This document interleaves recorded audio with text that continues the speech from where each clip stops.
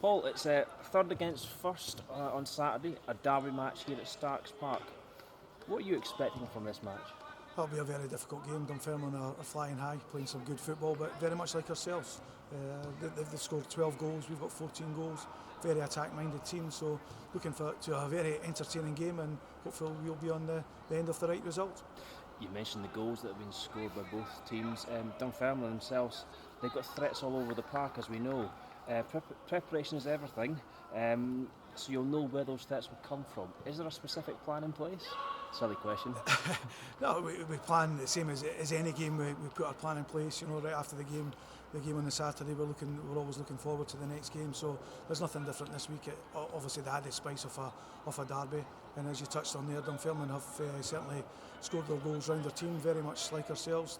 They are a threat at set pieces, so it's something we'll have to watch. But we've got our own threats, and hopefully we'll be putting that onto Dunfermline. Yeah, we can't just focus on the opposition. You know, we've got to remind ourselves that we have the ability and the strength to match them in key areas. Where do you see those key battles taking place on the pitch? I think the key battles will be all over the park. As I touched on earlier on, you know, set plays will be important at both ends. And as I say, Dunfermline made a lot of good signings, as we did in the summer. And I think there'll be a lot of, one-to-one battles all over the park. And usually in a derby game, the team that wins the most individual battles usually come out on top. Yeah. I was talking to Gozi earlier in the week. He's back in training. What's the overall fitness and injury picture looking like now? Yeah, it's great to see Big Gozi back. He's had 2 weeks good training now. He's getting a wee bit sharper.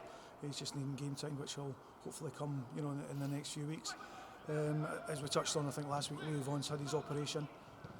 Dave Mackay still recuperating from his ACL injury, and Ian Davidson's slowly but surely getting a wee bit better on that thigh strains. I think Davo will probably still be 4 or 5 weeks at least, but it's certainly been quite a big improvement in the last couple of weeks.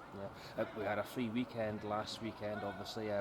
After that sobering defeat up at Inverness, has that week off, has it benefited everyone? It's two ways to look at it. We'd rather have played right after the defeat, but it has, a lot of the guys have had a lot of minutes in the game, so carrying wee knocks. So it's been ideal to let them recover from these knocks a wee bit. We've had a great week's training so far, and as I say, just for the preparation to the Dunfermline game. Yeah. In recent times, we've talked a lot about people's mental welfare and their mental toughness. For a football player, for the guys out there, is it going to be tough for them to raise their game with no noise from the stands? It goes back to how we know that crowds can affect performance.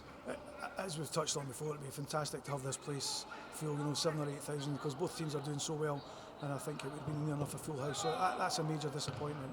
But I think the players have shown in the previous 5 league games and cup ties that the players have performed really well. So I think they are missing the crowd, but they're just getting on with it. Yeah. And finally, just something that came to mind just now. It's been 4 seasons since we've played Dunfermline in the league. How good is it going to be to have those feisty, hard-fought, well-played Fife derbies back here at Starks?